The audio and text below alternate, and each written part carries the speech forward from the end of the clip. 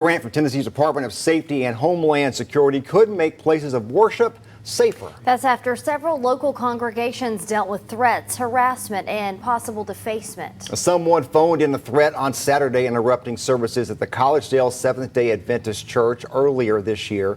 A man was charged, then had charges dropped after he was caught on video urinating on the Chattanooga Islamic Center.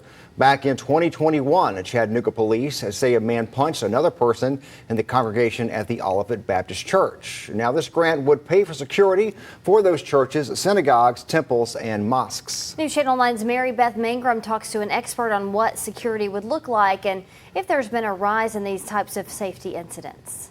Police say the Collegedale Seventh-day Adventist Church was evacuated Saturday after receiving a threatening phone call.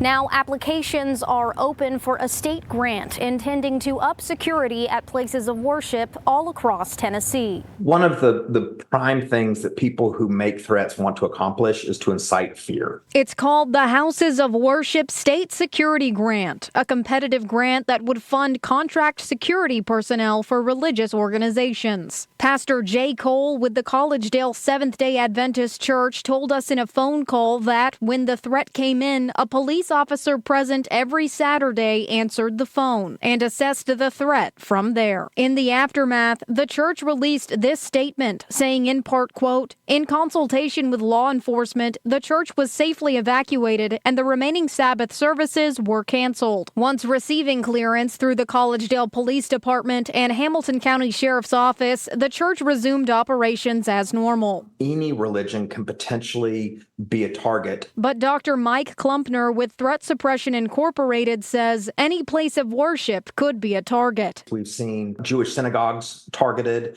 We've seen Christian churches targeted. We've seen mosques targeted.